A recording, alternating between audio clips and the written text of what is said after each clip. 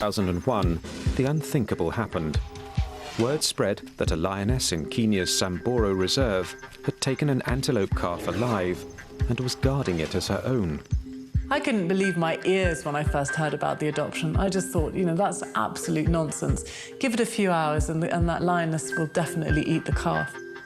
Saba Douglas Hamilton is wildlife conservationist for the Save the Elephant Trust. She rushed to the reserve to see for herself the lioness and a baby oryx antelope in one of the oddest animal bonds ever seen. And all of a sudden, there was this completely unheard of situation on our hands of a predator that had adopted its prey.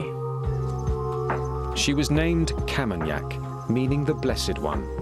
And I think many people felt that this was, had to be a message from God. This was a miracle. This was, the lion and the lamb laying down together. And Kamanyak really seemed to be infatuated by the baby. So they'd walk together and lie flop down under a tree and curl up next to each other. It was very moving to watch. But what seemed like a touching story was actually a deadlock, which kept a solitary lion from hunting and a starving calf from its milk.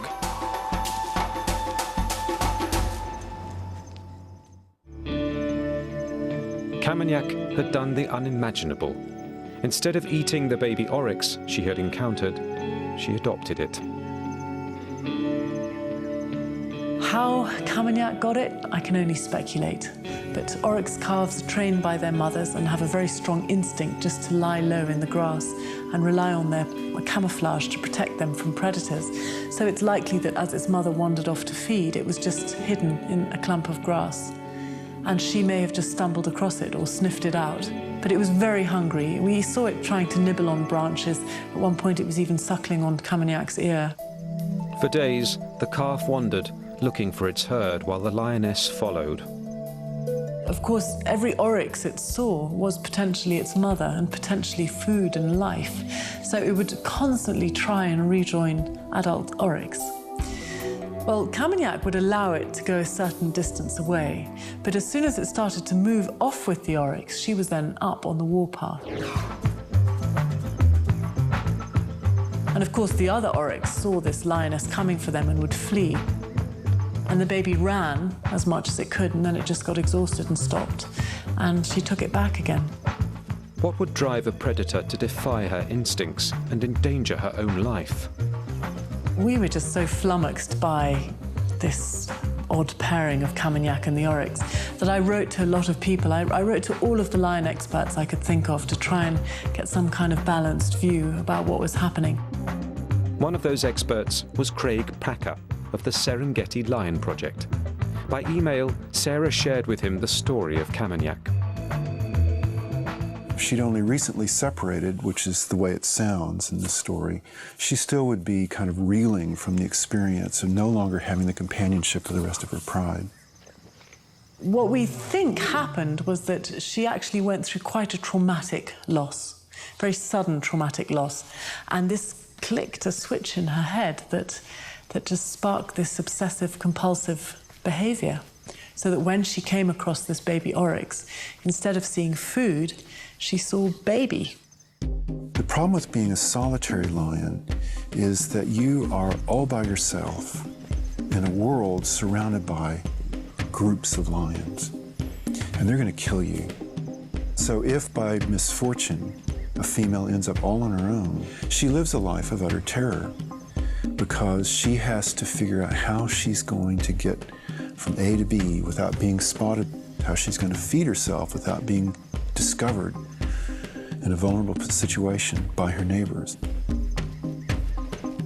I think that in her state of mind, she's likely to be very frightened and very nervous, and I think that she found something that distracted and soothed her.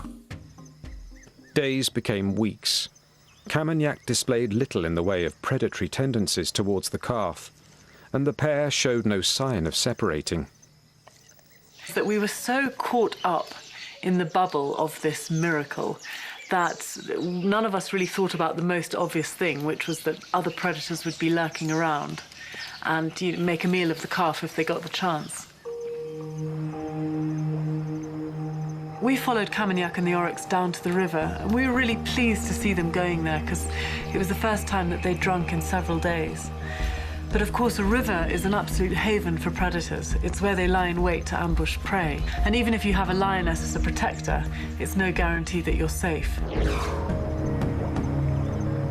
So when Camignac moved back up onto the bank and flopped down in the shade, she let the calf wander out of her sight for a few seconds. And in that instant, this huge male lion leapt out of the bushes and grabbed it.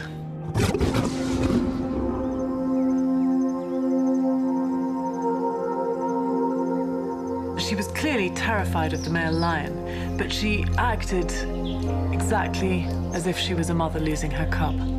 She couldn't leave the scene, and it was almost like this anguish that you could feel in her, desperate to try and save the calf, but unable to take on an adult male lion. When the oryx eventually died, the next day she went out immediately and she killed an impala and fed herself. So she was totally functional in terms of being a predator. It's just that she didn't equate food with the baby oryx. But her odd obsession was not over. Within a month, Camignac had adopted another oryx calf. After this first incident, Camignac actually adopted 5 more oryx calves, but none of them lasted as long as the first. Camignac's relationship with the calves she had adopted was not quite that of a friend, or even a parent. I think she's more like a jailer in that she's just controlling this animal. She's keeping it close by. It's something that's very harmless and inoffensive.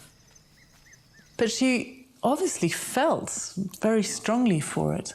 I mean, in her mind, this was her baby. And I think if she'd had her own cubs and looked after them with that same kind of intensity, she probably would have starved them along with herself. In the wild, a bond between an antelope and a lion can't last, but it tells of the animal's ability to feel complex emotions. It was really charming to see them together. It was like something out of a fairy tale, that you had the calf and the lioness walking side by side. And there was a real sort of intimacy between them.